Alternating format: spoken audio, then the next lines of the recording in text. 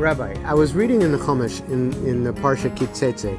It says here, if men fight with one another, and the wife of one of them approaches to rescue her husband from the hand of the one who is striking him, and she stretches out her hand and grasps his embarrassing place, you shall cut off her hand, your eyes shall not show pity. Which means that we live in Saudi Arabia and we should cut hands of people. Come on, you think that that's the meaning of the Torah? The Torah, we believe that it's not just a history book, a literal book to take the word for eye. Someone did something in your eye, you should take back his or her eye. We said that the Torah has two components. One is called the oral, and one is the written. We believe that when Moses received the Torah and transmitted, it was this specification.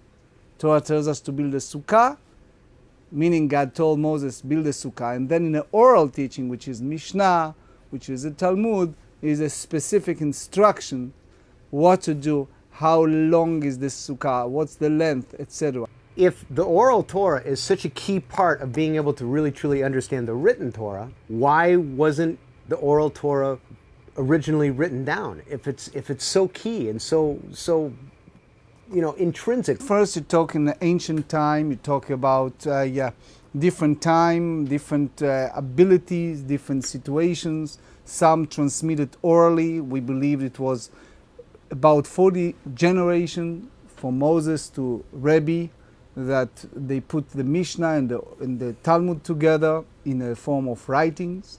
But up to that time, it transmitted orally, meaning when the Torah said something like that, the rabbi said it means cutting hands, a heavy payment, not literal sense. So can you give me some more examples where the written Torah says something that we really shouldn't take literally word for word, that in the oral Torah it explains it much clearer, much better, and why it's so important that we have the oral Torah? Oh, it's endless examples. We have the whole Talmud filled with examples. But the whole idea of taking the text, I can give you example. We're getting close to the high holidays. Takes the mitzvah of Sukkah, the mitzvah of the Arbat Haminim, the four species. The Torah said that we should have fruit from the tree. So now imagine a situation, that's not my word, it's the Maimonides. He said, you are standing at the front of a class and you tell the children, go home and bring in fruit from a tree. What's going to happen?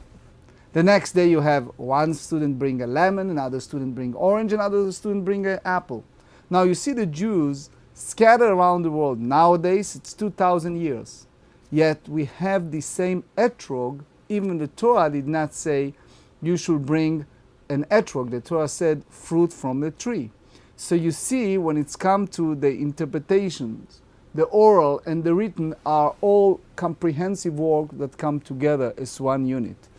Just one example of why the oral Torah and the written Torah are inseparable, why they have to be taken complete and whole, is derived from this fact of the different fruit. So after 2,000 years of dispersion of the Jews, we gathered together and we have a different Jews that came from different communities. Yet the Torah is the same Torah because the oral and the written teaching are one unit, one integral unit. And for us, not to go by the literal text and misconstruing the text. This is an example. There are so many that people just read it and think that they understand. That's the reason why we said you have to have teacher. That's the reason why we said we have to study, but also to understand that without the oral teaching, the written Torah by itself can easily misconstrue.